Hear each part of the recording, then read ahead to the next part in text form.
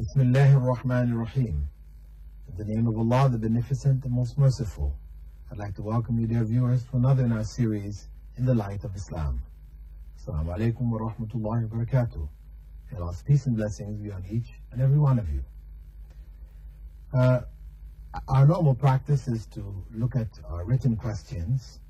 However, in this segment of the program, we have some questions which have been called in. They were called into the Islamic Information Center, Discover Islam, there in Dubai, the number of which is 396-2190, where people have called in, spoken to myself, spoken to Uthman Bari, who was there, and others who work at the center. And you're free to call in your questions there also. And even you may call in to Sharjah Television, if you don't have the chance to write or whatever.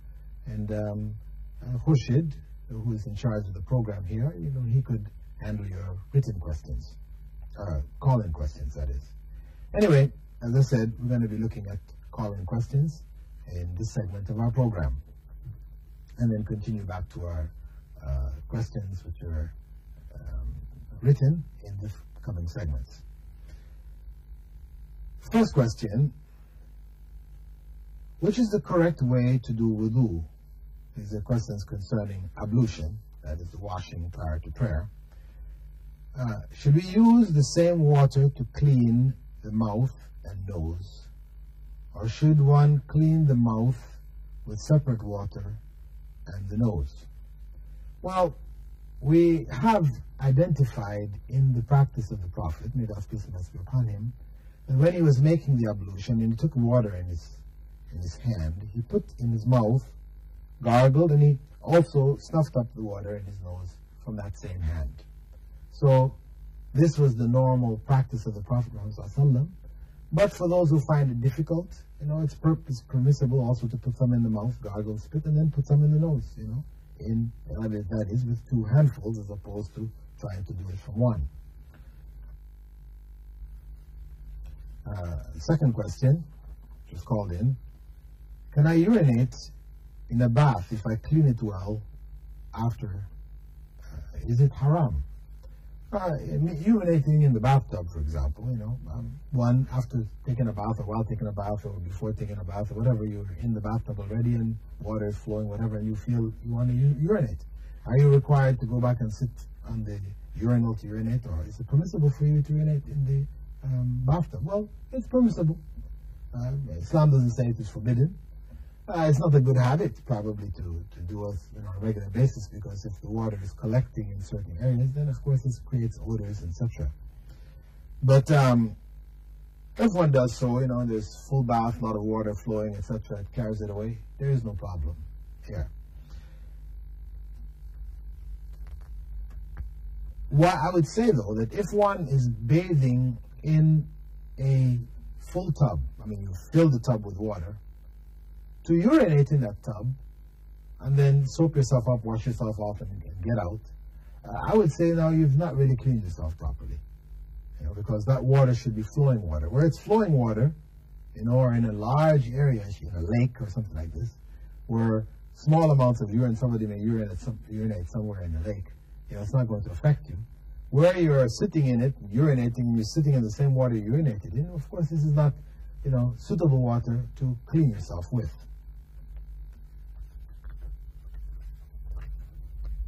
Another question: once a woman got her menses, can she read the Quran even if she's not touching it? And can she touch it? Well, this is an issue, where most scholars hold that a woman who is in her menses cannot read the Quran or touch it. However, in this case, when one looks to see what is the evidence for this, really there is no statement of the Prophet, may God's peace and blessings be upon him, or verse from the Quran which prohibits women from reciting the Quran in the state of menses. There is none.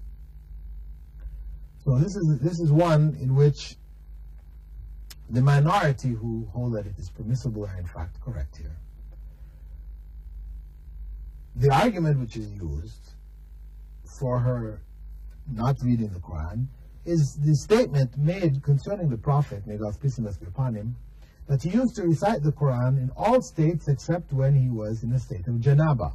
That is, after having sexual relations where it's necessary to take a full bath to regain one's state of ritual purity. They compared that to the woman in the state of menses, in that when her menses is over, she takes a full bath to regain her state. So they said, this one is like that. And the Prophet didn't used to recite the Quran then. Well, all we could say, if these two are similar, if we accept the argument that they are similar, the most that we could say is that it's not preferable. Because this is what the Prophet didn't do, but he didn't instruct that it not be done. So the fact that he didn't forbid it, it means that in fact really a Muslim who is in a state of janaba can recite the Quran. The second point is that in fact these two states are not the same, because a person who is in a state of janaba from having sexual relations, that person can take a bath anytime. Anytime they decide they want to get back in that state of pure ritual purity in which they can pray and do other things, they can decide to do it anytime. Whereas a woman who is in her menses, she cannot decide, okay, I'm going to stop menses right now and I'll just take my bath. No. That menses has to go through its period. And she has to wait until it ends before she can take the bath. So, these are not the same. They're similar in the sense that at the end there's a bath, but in terms of the actual state, it's not the same. So, to deny women really the right and the possibility of reading the Quran, even in the state of menses, this in fact is unfair. I mean, it has created a situation where women are being denied when there really is no evidence for that denial. Now, in terms of actually touching the Quran, this goes back to the issue of whether a person who's not in a state of ablution can touch the Quran. And the evidences, when one again goes and looks at the authentic evidences in this regard, there's nothing that actually forbids it. It may not be preferable. One could say that it's better to be in a state of ablution, but to say that it is forbidden or haram to touch the Quran when one is not in a state of ablution, again, there isn't sufficient evidence to establish this point. In fact, when the Prophet, may God's peace be upon him, had sent Aisha into the masjid to collect his prayer mat, she was reluctant to go. She didn't want to go. And he asked her why. She said, you know, I'm on my menses. So she didn't want to touch the prayer mat. He said, your menses is not in your hands. By him saying that, he is clarifying that if you are in a state of menses, the fact that you're in a state of menses, that does not affect anything you touch. You see, it's not like, I know in Jewish tradition, when a woman's in a menses now, she cannot touch the food and the vessels that other people are going to eat from and so on, so it's not permissible. She has to eat from separate vessels and so on, so on. That has to be washed separately and this type of thing. She's looked at as her state being not only ritually impure, that it will make other things ritually impure. But this is not the case from an Islamic perspective. The second question which had been phoned in, if a sister wants to study courses such as nursing, where you are forced to be dressed in short dresses, what would you advise the sister on this? Well, I would say that one needs to try to go somewhere else. If you're keen on learning nursing, and you are in an area, in a place where they require female nurses to expose their body parts, which Islam doesn't permit, then you should try to go elsewhere where, you know, one may dress in accordance with Islamic principles. Otherwise, if this is something which is an absolute necessity for the Muslim community, for them to be able to set up their own clinics and have their women treated properly, you know, according to Islamic etiquette in medical centers, etc., and you need nurses and you cannot find any, and the only way is to go into these institutions in that particular country where they don't allow women, they must expose their hand, you know, for example, or their dresses are slightly short or whatever. You know, in order to save the Muslim community, one may consider this, where this is now a circumstance of dire necessity, where the community needs to have that.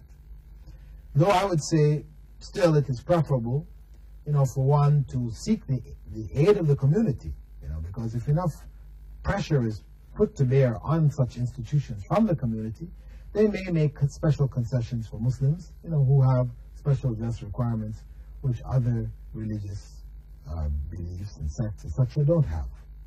So I'd advise before taking that final step, which is sort of, a big step, where one is going to go into nursing and expose one's arms or maybe parts of one's feet, to get this knowledge. Though it may be the intention is good for the community, now one has to question, is this the only solution? And the only way you can do it is if it is the only solution.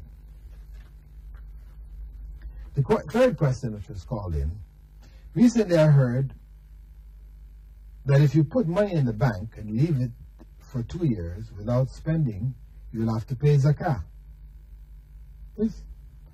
If that money is above the minimum exemption limit, that is, depending on the whether it is gold or silver, etc., if there's a minimum set, once you have more than that, and 1 year has passed on it, not 2 years, 1 year has passed on it, then you're obliged to pay 2.5% of its value as zakah. In your case, if you just found out, you have to pay for all the years that the money was above that limit, the minimum exemption limit.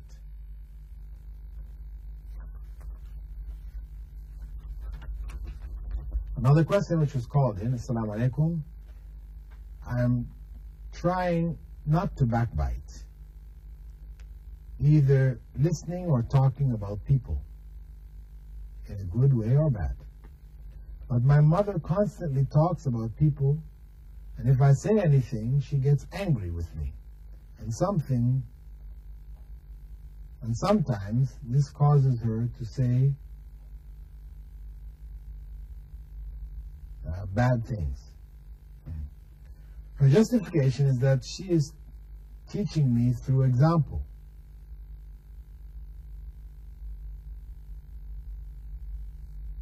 She's teaching me through example. Will both of us be punished for this? Oh, I see. The mother is talking about people and saying, well, this is example. For you to know what not to do, I'm going to tell you about this person. They did this, they did that, the other, and so on and so forth. This is not how we teach by example. We teach by example. We can use general examples. We don't have to get into the specific lives of people. Specific lives of people, talking about them, etc. This is backbiting, something very serious, about which the Prophet ﷺ warned severely, that those who are involved in backbiting, it would destroy their good deeds. That people would come on the Day of Judgment and take from their good deeds as repayment for having been backbitten.